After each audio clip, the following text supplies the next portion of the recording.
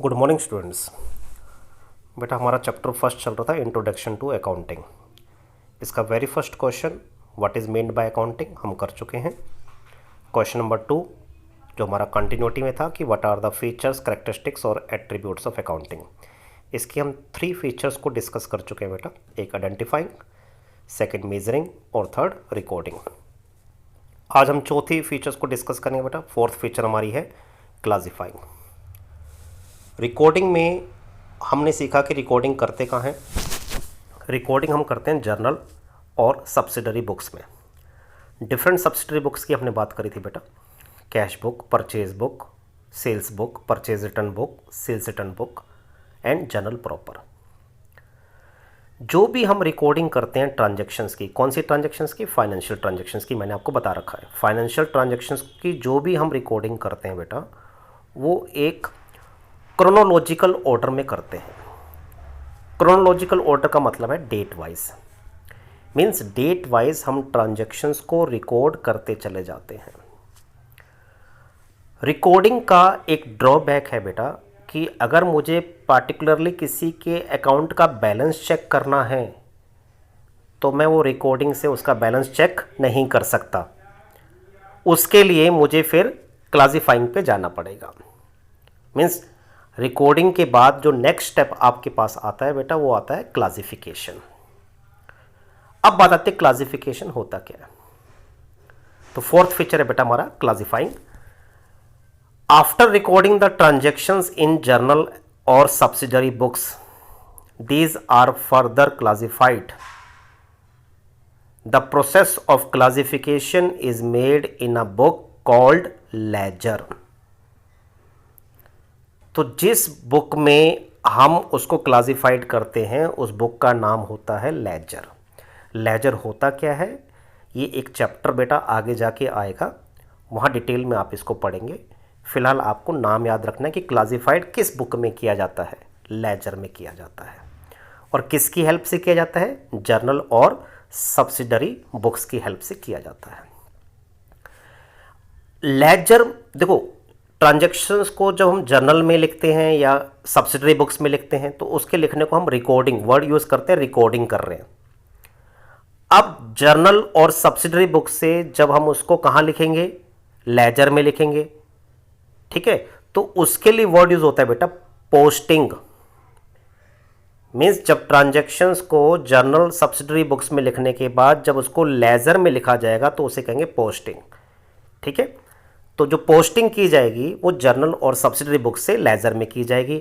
Laser में हम करते क्या है? In ledger we open different accounts.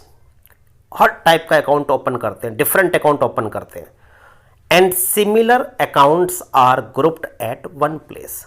जो एक जैसे अकाउंट है उसको हम एक ही अकाउंट में उसकी ग्रुपिंग कर देते हैं। इसका फायदा क्या होता है? It is easy to find out the balance of that particular account. जितने भी हमने डिफरेंट अकाउंट खोले जो सिमिलर थे उनको हमने एक ही अकाउंट में कर दिया। अब इससे उस अकाउंट का बैलेंस निकालना आसान हो जाता है। जो ड्रॉबैक जर्नल का था, जर्नल से हमें किसी अकाउंट के बैलेंस का नहीं पता चल रहा था, उस ड्रॉबैक को दूर करता है आपका क्लासिफिकेशन प्रोसेस, लेजर वाला स्टेप। लेजर में हम डिफरेंट अकाउंट ओपन करते हैं और जो सिमिलर अकाउंट होते हैं उनको हम एक जगह ग्रुपिंग करते हैं और उससे हम उसका बैलेंस फाइंड आउट करते हैं। ठीक है बेटा, लेजर में लिखने को हम क्या कहते हैं? पोस्टिंग करना कहते हैं। ये चीज़ सारी आपको इस क्लासिफाइंग में समझनी है। ठीक है, तो ये हमारी फोर्थ फीचर थी बेटा क्लासिफिकेशन। इसके बाद नेक्स्ट फीचर है बेटा आपके पास फिफ्थ, समराइजिंग। जो डाटा आपने क्लासिफाइड किया इन डिफरेंट अकाउंट्स में, अब उसको आपने अंडरस्टैंडेबल फॉर्म में कन्वर्ट करना है ताकि वो जो डिफरेंट यूजर्स हैं, यूजर्स बेटा दो तरह के होते हैं, एक इंटरनल यूजर्स और एक एक्सटर्नल यूजर्स। जो बिजनेस होता है बेटा कभी भी आइसोलेशन में नहीं चलता। बिजनेस कुछ लोगों के साथ मिलकर चलता है, अकेले बिजनेस नहीं चलता। यूजर्स इंटरनल भी होते हैं और एक्सटर्नल भी होते हैं। इंटरनल यूजर्स में हम किसको लेते हैं? जो बिजनेस के ओनर हैं, मालिक हैं, जो बिजनेस की मैनेजमेंट है, जो बिजनेस के एम्प्लॉयज़ हैं, इनको हम इंटरनल यूजर्स में काउंट करते हैं। और जो बिजनेस के एक्सटर्नल यूजर्स हैं, जैसे कोई बैंकर्स हो गया, बैंक जो हमारे को लोन प्रोवाइड करता है, गवर्नमेंट है, सप्लायर्स हैं जो हमें गुड्स सप्लाई करते हैं, हमारे कस्टमर्स हैं जिनको हम गुड्स सोल्ड करते हैं, ठीक है। ऐसे ही रिसर्चर्स हैं जो हमारे बिजनेस पे रिसर्च करते हैं, ठीक है बेटा। तो डिफरेंट टाइप्स के और भी यूजर्स हो सकते हैं एक्सटर्नल, तो वो उनके लिए यूजफुल हो जाए इस तरीके से हम अकाउंट्स को समराइज करते हैं। अब समराइजिंग में क्या क्या आता है? समराइजिंग में पहला स्टेज आती है ट्रायल बैलेंस। जो हमने लेजर में डिफरेंट अकाउंट ओपन किए, उनके जो हमने बैलेंसेस फाइंड आउट किए, उन बैलेंसेस की हेल्प से हम ट्रायल बैलेंस तैयार करते हैं। ट्रायल बैलेंस में जितने भी हमने अकाउंट ओपन किए थे उन सब के नाम हम लिखेंगे, जितने भी हमने डिफरेंट अकाउंट ओपन किए।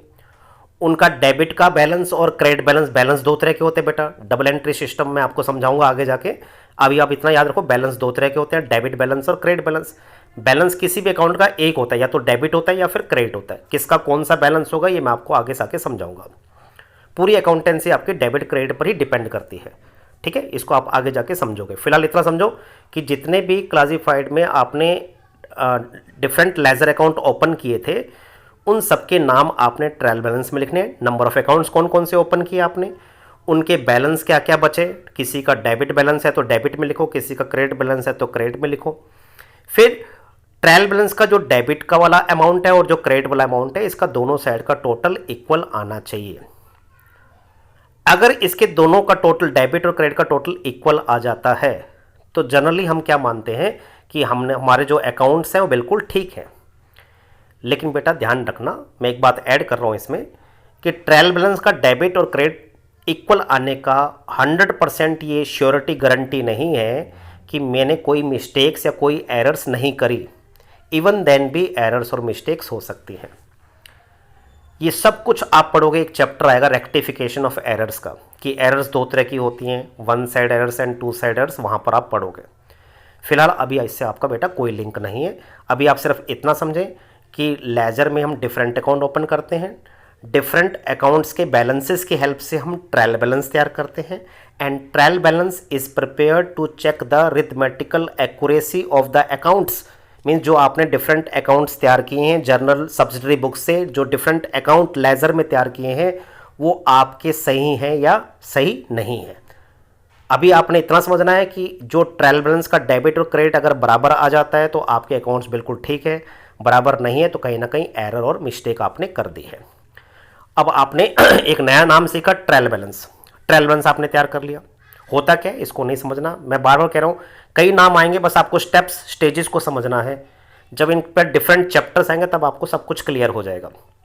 तो प्रोसेस आप समझ रहे हो। तो सबसे पहले फाइनेंशियल ट्रांजैक्शंस थी, फाइनेंशियल ट्रांजैक्शंस को आपने रिकॉर्ड किया जर्नल और सब्सिडरी बुक्स में, वहाँ से आपने उसको पोस्ट किया लेजर में। लेजर में डिफरेंट अकाउंट ओपन किए, उनके आपने बैलेंसेस फाइंड आउट किए, उन बैलेंसेस की हेल्प से आपने क्या तैयार किया, ट्रायल बैलेंस तैयार किया। यहाँ तक क्लियर हो गया। ट्रायल बैलेंस आपने तैयार कर लिया। अब ट्रायल बैलेंस की हेल्प से हम तैयार करते हैं फाइनेंशियल स्टेटमेंट्स, जिसको हम फाइनल अकाउंट्स भी कहते हैं। बेटा फाइनेंशियल स्टेटमेंट्स और final accounts business to business different होते हैं। As per the act, as per the law, सबके लिए अलग अलग रूल्स हैं। जैसे हम 11th में जो अकाउंट्स फाइनेंशियल स्टेटमेंट्स तैयार करेंगे, वो तैयार करेंगे किस ऑर्गेनाइजेशन के, सोल प्रोप्राइटरशिप के, financial statements of sole proprietorship. अब सोल प्रोप्राइटरशिप क्या होता है? आप बिजनेस हैविंग सिंगल ओनर, जिसका एक ही व्यक्ति मालिक होता है, ठीक है, वही बिजनेस में पैसा लगाता है, वही सारा प्रॉफिट इंजॉय करता है, वही लॉस को सफ़र करता है। कल अगर उसकी डेथ हो जाए तो बिजनेस क्लोज भी हो जाता है। ऐसे बिजनेस को हम सोल प्रोप्राइटरशिप बिजनेस कहते हैं। तो हम 11th में कौन से अकाउंट्स कर रहे हैं, किस बिजनेस के, अकाउंट्स ऑफ सोल प्रोप्राइटरशिप। तो हमारे सिलेबस में फाइनेंशियल स्टेटमेंट्स और फाइनल अकाउंट है सोल प्रोप्राइटरशिप के। तो एक सोल प्रोप्राइटरशिप अपने फाइनेंशियल स्टेटमेंट्स और फाइनल अकाउंट्स में क्या क्या तैयार करता है? Number 1 trading account, number 2 profit and loss account, number 3 balance sheet. ऐसे ही फिर आप आगे जाके 12th में पढ़ोगे बेटा कंपनी के फाइनेंशियल स्टेटमेंट्स, पार्टनरशिप के financial statements, not for profit organization के फाइनेंशियल स्टेटमेंट्स, ठीक है ना। तो उनको आप डिफरेंट जो है आगे जाके पढ़ोगे, हर एक ऑर्गेनाइजेशन के डिफरेंट होते हैं। कंपनी के फाइनेंशियल स्टेटमेंट्स में हम trading account profit and loss तैयार नहीं करते। कंपनी के फाइनेंशियल स्टेटमेंट में तैयार होता है statement of profit and loss, और दूसरे नंबर पे तैयार होता है बैलेंस शीट। ठीक है बेटा, उसमें ट्रेडिंग P&L तैयार नहीं होता। तो फिलहाल हम बात कर रहे हैं अकाउंट्स ऑफ सोल प्रोप्राइटरशिप। एक सोल प्रोप्राइटरशिप के फाइनेंशियल स्टेटमेंट्स में 3 चीज़ें तैयार की जाती हैं, trading account, profit and loss and balance sheet.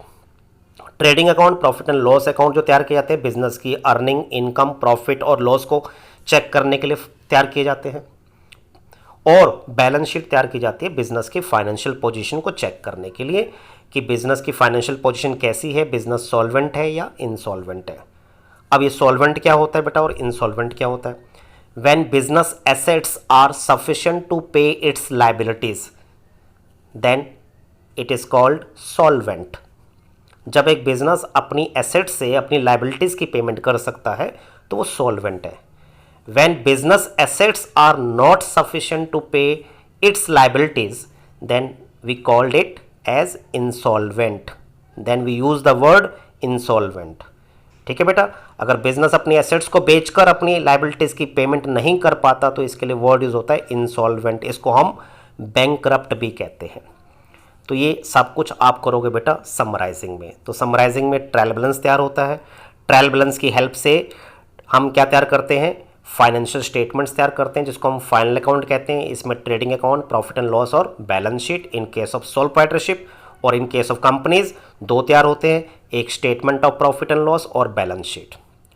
तो बेटा आप यहाँ तक अपना जो है आप कंप्लीट कर लें। आज मैंने सिर्फ 2 ही फीचर्स डिस्कस करी हैं, एक क्लासिफाइंग और दूसरा समराइजिंग।